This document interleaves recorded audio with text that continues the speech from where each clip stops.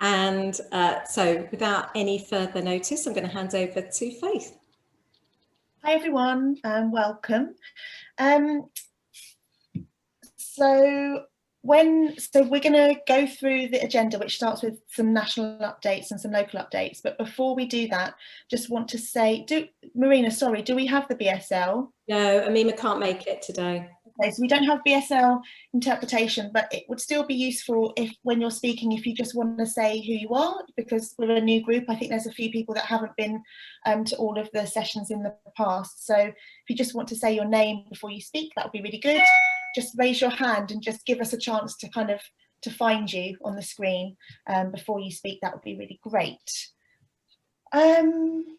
Yes, also the chat box is there if you want to put something in the chat box. I'll try and keep an eye on that. If you have any thoughts or any links to share, then stick them in the chat and I'll try and pick that up when I'm not talking. So I guess we can crack on with some national updates. The first of which have come out of the What Next national meeting yesterday morning. There are two upcoming events that might be of interest to the group. The first is called Speak, Listen, Reset, Heal, which is being run by Ink Arts, Salt and UK Theatre, and it's a anti-racism conference that is taking place on the 29th of October, the 3rd, 10th and 24th of November. I'm going to put the link into the chat. The first session is for Black, Asian and ethnically diverse industry workers only, and then the second and third sessions are opening up to anyone else in the sector. It sounds really interesting, and I think a lot of people will be interested to join that, so I'll put the link in the chat. I don't know if there was any, I don't think we have any other information beyond the link and the explanation of the session. So have a look, and if there's anything that we need to discuss or ask, then we can perhaps do that. The second event is called Season for Exchange, which is being run by Arts Admin and Julie's Bicycle, which is between the 26th of October and the 13th of November. It's a 3-week programme of online events which are for free for artists and arts professionals to discuss climate change, action and climate justice. They have conversations with different artists, discussions on the future of fashion and sustainable cities, how-to workshops and artist performances and interventions throughout the programme. So again, it sounds really interesting, and I'll pop the link in the chat. I also wanted, there are a few venues with us, I think, so I also wanted just to point you in the direction of some events that are being they were advertised on the House Network newsletter yesterday. One is an unconscious bias workshop, which is being delivered by Equality and Diversity UK. And the other one is called the Post-COVID Venue, which is being delivered by a couple of consultants called Lisa Baxter and Cecilia Martin. And that's it's a series of 3 interactive workshops for arts venue leaders, looking to help them develop solutions in this challenging environment. Again, they're only for venues in the southeast, but I'll pop the links into the chat and have a look and see if it's appropriate for you to join. I think that's all from the national update, unless Marina, there's anything you want to add. Okay, so we'll in terms of local, we're going to start with Louise, who is going to give us an update on the Recovery Action Plan. Over to you, Louise. Hello, hi, I'm Louise. I should probably say that it's I haven't just rescinded my co-chair duties. I wasn't going to be able to make this meeting, and brilliantly Faith has stepped in, but it's also something that Marina and I are really keen to experiment with over the coming months, that we share the co-chairing, so that one of us, either Marina or I, works with one of you to co-chair the meeting. And the reason is that we need some help, number one, and also that we're really keen to diversify the membership of What Next, and so encouraging others to co-chair with us is one way of doing that. So if you're interested in co-chairing What Next with one of us in the coming months, then just drop us a line. Right, on to the thing that I'm supposed to be talking about. So the Brighton, the Culture Recovery Plan for Brighton and Hove. Some of you might have been part of this. So over the last few weeks, we've met with a group of around 100 people in the city of Brighton and Hove to talk about how we can create an action plan for recovery for the creative industries in our city. So there's a management group, so What Next, the EPIC group and the Arts Commission are on the management team. So it's me and Marina, Andrew Comben and Ian Baird from EPIC. And what's happening now is that we're gathering all of the incredible conversations and distilling over there were 17 sessions. We're distilling it down into some of key ideas that will be in the action plan. We're working with two outside eyes, Sean Romain and Sadadine Said, and we've got to the point where there are 4 key ideas that we are exploring. And I'm going to share with you what those 4 ideas are. The important thing to say is that there are tons of other incredible ideas that have come out of this process and conversations that need to continue that won't be part of the action plan. So what we're going to do is over the coming months, utilise What Next, EPIC and the Arts Commission meetings to continue those discussions and develop those ideas outside of the action plan. So it's not all or nothing.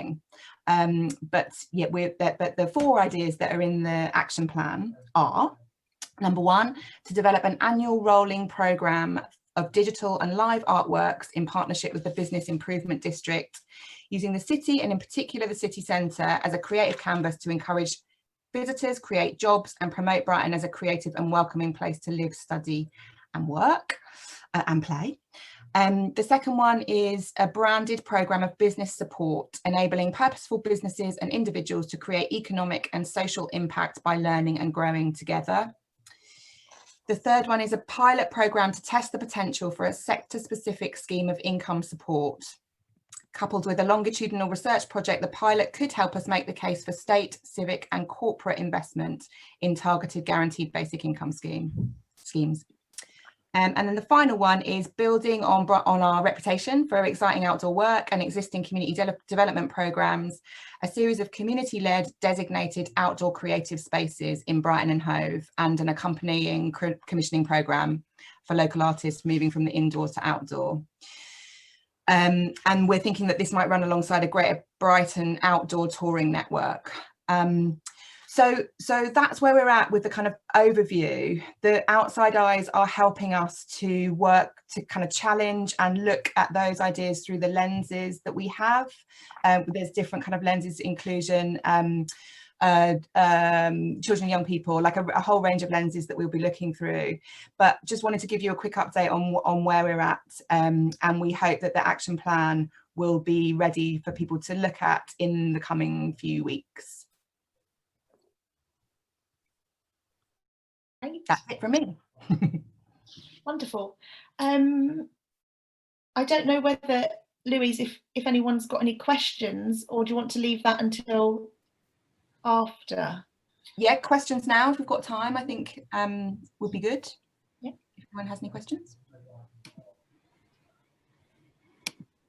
No question. We've got yeah. Stephanie. Yep. Sorry, I might sound ignorant, and if this question is better in a smaller setting, could you talk? I'm happy to hear about it elsewhere, but could you talk about the income scheme at point 3? Yes, so I mean, probably no is the kind of answer, because we're just working out what the kind of details of that might be. But one of the very strong ideas that came through is how we can work as a city to create a kind of fairer system and to support our incredible artists and creative workers that live here. And so what we're trying to do is find a way that in reality and practically with political support and partnerships across the city, that we can trial an idea that tries to create a kind of fairer system for creative workers in the city. It's a big job. It's a big one. It's probably not, we've probably not got enough time to talk about all the detail of it, but the premise of it is as an experiment, as Louise said, so something that we can, that also leads on nationally, hopefully. Yeah. And but that's it at the moment, that's the kind of broad idea. And then as Louise said, that it's about all the detail that goes behind it, but we actually need more people with more expertise to be able to build the detail around that. Okay. The next stage. Sounds pretty visionary. Thanks. Hey, Anne-Marie. Oh yeah, Anne-Marie. So what's the next step and who does the next step? So the next step is that we're meeting as a management team on Monday with our outside eyes. We've just shared the distillations of those 4 ideas with the outside eyes, and they're going to challenge us as a management team and help us move to the kind of next step. Sean is going to put together, like actually write a first draft of the action plan, and then so that's the kind of immediate next step. And then we're going to work out how we continue conversations about things that aren't in the action plan, and how we share that kind of draft of the action plan, at which point it's useful to share it, and all of that stuff with the people that have been involved so far. Right, thanks, Louise. We need to move on. If anyone's got any other questions, maybe we can find another way to do that another time. So Nikki Crabb from Little Green Pig, I wonder if you could just give us a quick update on the CYP subgroup. Yeah, certainly. Hi, everyone. We had a really good meeting last week. We had Hugh Garling, who's the head of PHSE at Long Hill School, and also PSHE lead for the whole of Brighton City Council. And that was very enlightening and slightly depressing to hear about really the state of young people's mental health, and also teachers' mental health in schools, and how they're kind of dealing with everything at the moment. We've got our next meeting on the 4th of November. So we're going to try and have them every other Wednesday, 12 till 1. But we're missing next week because it's half term. And every other week is just going to be for the group to come together and chat about what the speaker talked about, and also to say what else you'd like us to try and book in speakers for. And then every month we'll try and have at least one speaker. And we're looking at the next speaker session being around special needs, special educational needs. I'll pop my email address in the chat now, and if anyone wants to contact me about anything, please do.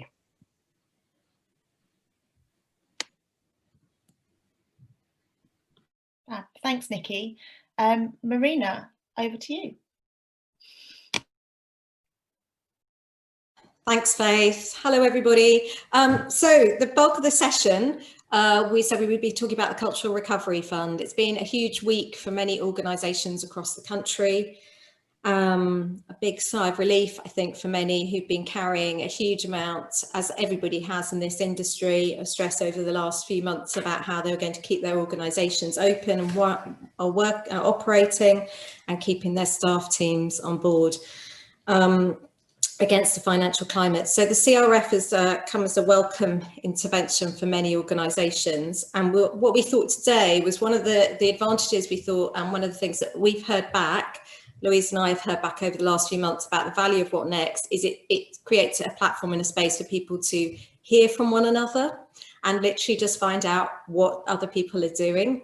So part of that kind of knowledge sharing and learning, we thought we'd bring people together today to find out a little bit more about from some of those organisations who've been successful in CRF, to understand about the impact it will have on their organisation, and also the impact that could have on the wider community, be that the local community or wider cultural community.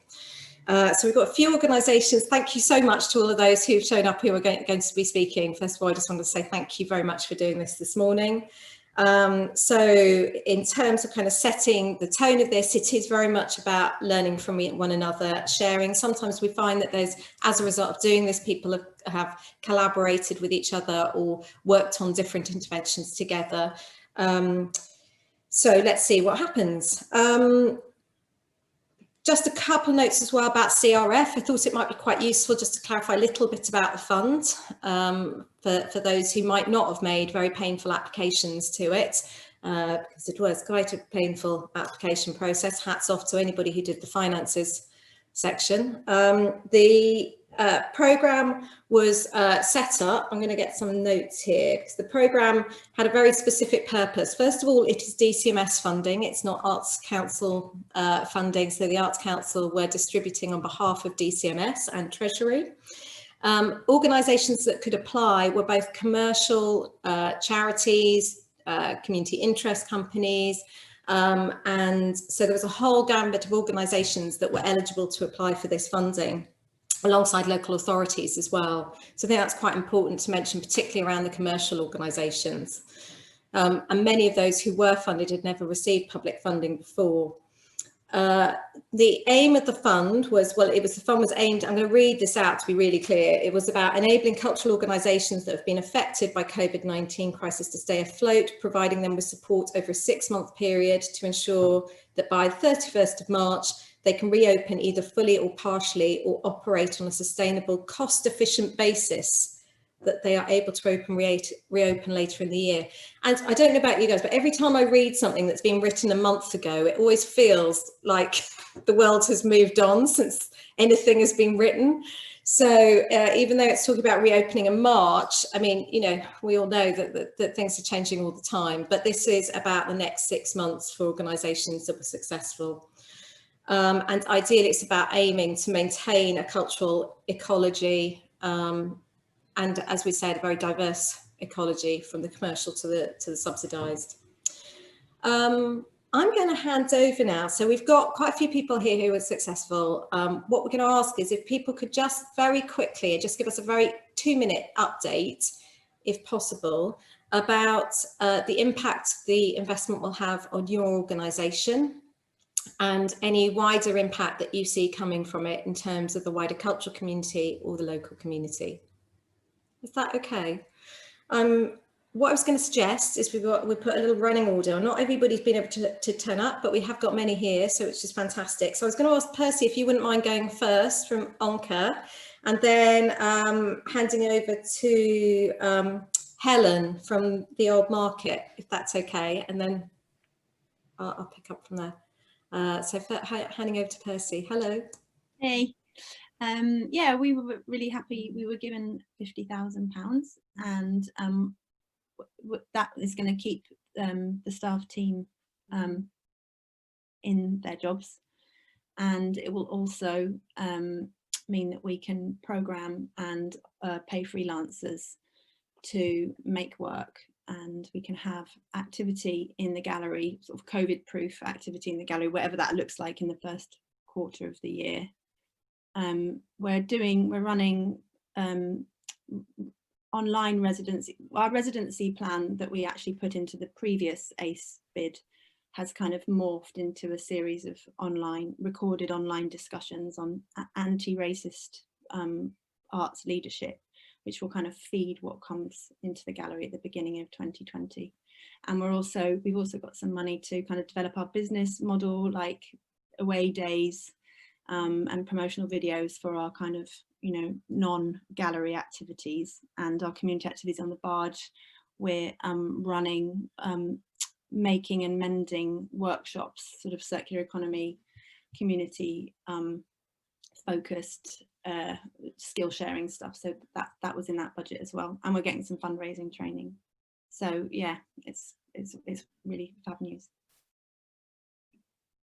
Brilliant, thank you, Percy. I think what would be really interesting as well is if we see the things where there are threads, then maybe people might, for example, around training, we talked about this in the action plan, if there's ways we can maybe train together on, you know, or maybe there are some shared services we might want to look at. Thank you. I'm going to go to Helen and then over to David, if that's okay, from Marlborough. Helen, over to you. Morning, everyone. Yeah, so we were absolutely chuffed to find out we got our funding. We got quite a large amount. We got £383,000, which is huge. That money for us will mean that we don't have to close, which we were anticipating having to close in November. And we have 6 months to do a number of projects. I guess the most relevant for people here is that we want to, we're going to lean on the assets of our parent company, Yes No Productions, who are also filmmakers and IMAX filmmakers. So we're going to use their kind of assets to become a live streaming facility. We're going to train up our crew, production crew, in how we maybe live stream in a more innovative way, using Tom Tech, our arm which explores new technology, to look at how we might stream with VR capability and immersive 360 filming. And we want to actually use the space as a training space. So we would like to invite people, hopefully a crew of young people, to come in and learn with us. So any ideas about how we recruit those young people would be really great on this platform. So yeah, hopefully we can give our production team as many hours as we possibly can over the next 6 months. We'll be looking at how we involve artists in those projects. We will be looking to do sort of very cross-platform work. So we will put singers in the streaming with graffiti artists, with dancers, with theatre performers. We're looking to have quite an exciting mishmash, I guess, of art forms. Yeah, so hopefully 3 projects in that vein, some training, some mentoring. We have some money to look at how we sustain after March, because obviously we need to look at, you know, how we might be COVID-proof in the future. So yes, really exciting, lots of potential good projects on the go. Thanks, Helen. That is really exciting, particularly kind of the reimagining of what you're doing. Nikki, very quickly, is it possible to hold questions till the end? I'm conscious that David needs to leave in a couple of minutes, but if everybody can write up their questions, and we'll have time to get back to everybody. Can I go over to David, and then I'm going to go to Darren, if that's okay, from Marina Studios. Over to you, David. Hi there, I'm David from Marlborough Productions. So yeah, we were very fortunate and grateful to receive £62,000 from Cultural Recovery Fund. Primarily that's allowing us to continue to function as an organisation, so covering our core costs. In terms of support for artists in the sector, we're running a seed commissioning programme for LGBTQ+ artists, focusing on kind of digital development and looking at how we kind of segue into delivering more digital programs and looking at our capacity to do that. We are working with accessibility consultants Quiplash about a kind of intersectional, accessible and inclusive models for artist call outs, and for how we make our organisation more accessible for artists with disabilities. And also we're doing some inevitable focus on our business plan. We're already midway through a business planning process, which has been a right laugh in these circumstances. So we're just coming to a conclusion on that, and yeah, really up for kind of looking at if there's any kind of shared services or shared training. Would be really up for that conversation. So thanks everyone. Thank you, David. Again, really great to hear about the work that you're going to be doing and how it's going to move the organisation on. Over to Darren. Thank you. Yeah, hi everyone. I'm Darren. I am chair of Brighton Marina Studios Foundation. COVID-19. Yes, we took a blank piece of paper approach. We're very pleased we got our recovery funding, which was 119,000. But our focus over that whole period, and continues to be, is about keeping dancers dancing and teachers teaching. That's our kind of, that's our thing. We are dance, but actually it's about the teachers and and the freelancers and the hirers and the little groups that we work with. But the funding's allowing us, one, to keep our doors open, to cover those costs of the freelancers that we engage, to keep our fees down for our hirers. It's around reigniting our YES project, so Youth Empowered by Street Dance project that was doing quite well in and around Brighton, that was engaging kids from deprived areas using street dance as the vehicle, so we can get that going again. And the other key thing that we've started is a thing called Dance Hub TV, which is for online streaming, recorded sessions, which we were thinking of doing before COVID impacted, but it's enabled us actually to move a lot of activity online. So we're developing that further. So it's kind of it's actually helped us focus and be able to move forward and build more partnerships. And then our focus going forward is around the workforce. So this kind of training piece is actually, how do we equip those freelancers? How do we support them? How do we support the dance groups that use us? Giving them business advice more than just, you know, giving them better rates and things like that. So it's kind of enabled us to focus on what we were trying to do in the first place. And we've just had a blank piece of paper view of it and said, we're going to keep dancers dancing and teachers teaching. That's us. Thank you very much, Darren. That's a nice, I like that basic slogan. Keep us dancers dancing and teachers. Keeps us focused. That's it. You know, what are we doing? Why are we doing it? Well, we're about dancers and we're about teachers. That's it. Absolutely. And it's great to have you involved today. Thanks very much for joining us. You're welcome. Pleasure to see Marina Studios here. Is that okay if I go over to Kyla at the Dome and then on to Lou? Kyla. Yep. Hello, everyone. In case you don't know me, I'm Kyla Booth-Lucking, and I'm the Director of Programming and Participation at Brighton Dome. And I'm on a maternity cover. And at the same time now, the other person I share the office space with has started chatting as well. So sorry if there's background noise. So we were absolutely relieved and delighted to have a Cultural Recovery Fund at Brighton Dome. We have 493,000. That's exactly what the Cultural Recovery Fund is going to help us do, is to stay afloat, part of this, and also adapt to new situation. So it will be about a bit about replenishing reserves, but also adapting the building so that we can open and have people in a COVID secure way. I don't know if anybody saw or came, but we were able to have our first live music gig last Saturday, which was so unbelievably exciting to be able to do. And it's on again this week. I think everything's sold out, but you can still get live stream tickets if you want to experience it at home.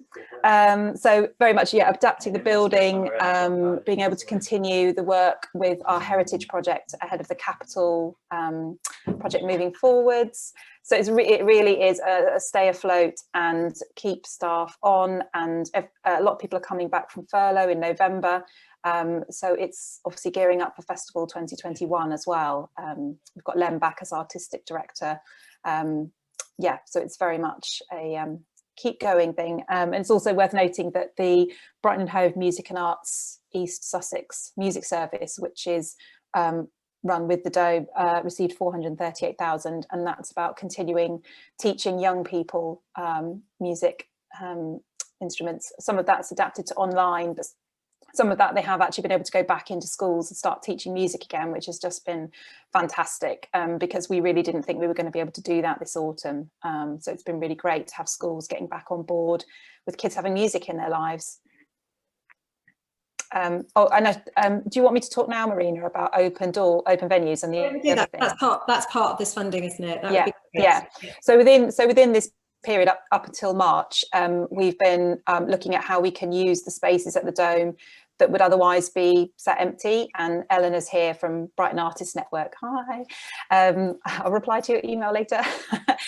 So we've been working with Brighton Artists Network as a partnership, and also with Ironclad Creative, to get those spaces used by artists as much as possible at no cost to the artists. So the Open Venues programme is much wider than just the Dome. There's other partners like Fabrica who have got unused space, and that through Brighton Artists Network, artists can basically bid and book for available space to R&D, creative, catch-up, meet-up times. It's open across all art forms, all ages and levels of artists, and it is sort of, yeah, just as open as we can make it. And I think we will get that advertised and made public today, I think, Eleanor. I think Eleanor's waiting on me. So we have that, and with Ironclad Creative, we're hosting creative catch-ups, which are for artists to meet in person at the Dome. It'll probably be in the mezzanine bar in the main space. I think we can have a maximum of 6 people in person, maybe 10 if I can get the COVID secure seating map sorted in that space. So they will be starting, I think they're going to be the second Tuesday of every month from November. We will also have cultural surgeries, which are about providing sort of expertise and advice and guidance to artists and producers, and all of this, I should say, is for creative practitioners, not just the more niche artist tag. So if anybody has questions about any of that, we will have the sort of official language, proper press releasey type stuff very, very soon. But you can also drop me a line, or obviously join Brighton Artists Network if you haven't already, so you can be involved in that. And Michelle Donkin often comes to this group, I think, representing Ironclad Creative. But if you need to get a message to any of those people, you can do that via me, no problem. We'd love to hear from you. Yeah, so I'm actually in a perverse way, like, it's quite nice that there's not shows going on, because we can do all these things and have the concert hall stage having all kinds of other things going on it. So yeah, look forward to seeing people in the Dome soon, and the cafe's open if you want to come in for socially distanced amazing vegetarian feta tart. I'll stop now. Thank you. Thanks for the invitation, Yeah. Kyla. Going for lunch. Can I hand over now to Lou, and then on to Tamsin, and then Naomi? That's okay. Over to you, Lou. Thank you. Hello. Yeah, for those of you who don't know me, I'm senior producer at South East Dance. We got £180,000, and if you don't know, we are currently building a home for dance in the centre of the city, the dance space. It should have been open now, but due to COVID and, to be honest, Brexit, it's delayed.